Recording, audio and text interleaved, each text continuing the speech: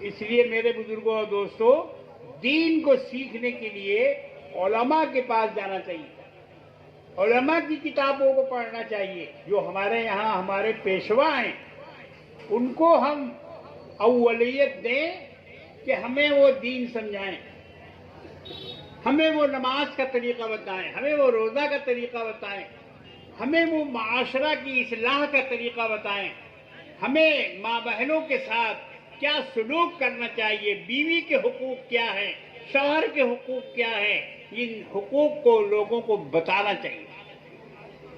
آج ہمارے یہاں سماج میں ایسا ہو گیا ہے کہ بیویوں کو نوکرانی سمجھتے ہیں۔ جدید تعلیم میں ان کا دین برباد ہو رہا ہے۔ سب سے بڑی بات تو یہ ہے، اکبر الہ آبادی نے بہت پہلے کہا تھا کہ تعلیم دختران سے یہ امید ہے ضرور، تعلیم دختران سے یہ امید ہے ضرور، ناچے دلہن خوشی سے خود اپنی بارات میں، ناچے دلہن خوشی سے خود اپنی بارات میں۔ یعنی وہ اس قدر اس کے اندر بے حیائی آ جائے گی اور اس قدر بے شرمی کا دورہ ہوگا کہ دلہن خود کہے گی کہ ہم ڈانس کریں گے اپنی شادی میں۔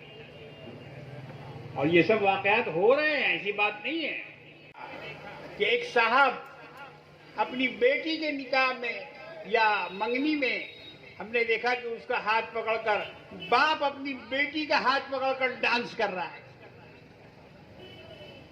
دیکھیے کہاں تک پہنچے لوگ، کہاں تک علم رخصت ہوا، دین رخصت ہوا۔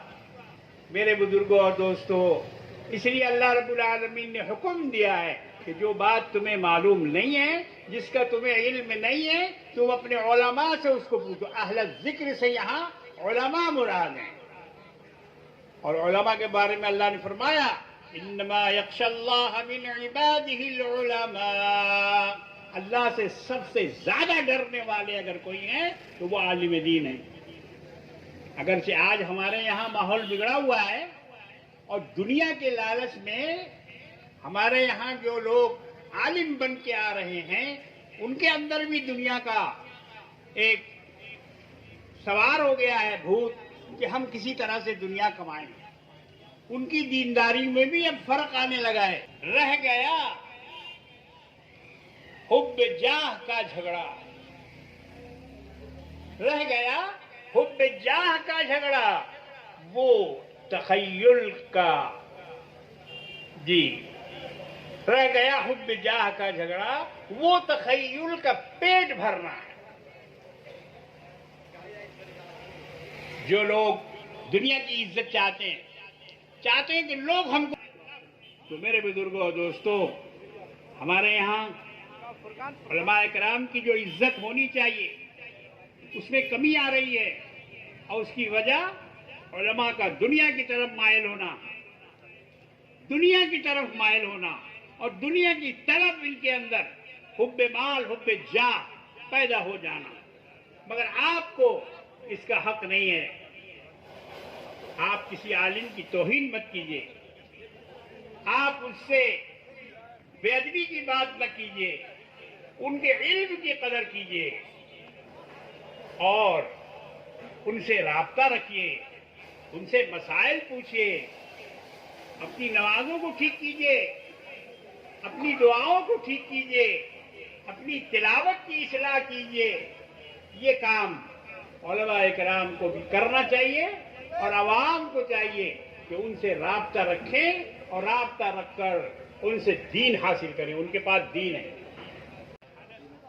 میاں بیوی میں بناؤ نہیں ہوتا، کیوں؟ کہ میاں بیوی کے حقوق نہیں پہچانتا اور بیوی میاں کے حقوق سے واقف نہیں ہے۔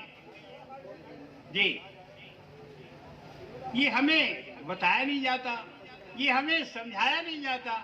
ہمارے یہاں نکاح ہوتا ہے تو اس میں نکاح کے پہلے جو خطبہ دیا جاتا ہے اس خطبے میں لوگ بیٹھے رہتے ہیں، دولہا صاحب بھی بیٹھے رہتے ہیں۔ وہاں ان باتوں کو رکھنے کی ضرورت ہے۔ میں جہاں بھی نکاح پڑھانے جاتا ہوں، میں پہلے لوگوں کو جو آتے ہیں باراتی وغیرہ گھر والے یا جو بھی ہوتے ہیں، میں ان کو قرآن کی ایک آیت سناتا ہوں، اور بیوی کو چاہیے کہ میاں کی قدر کرے۔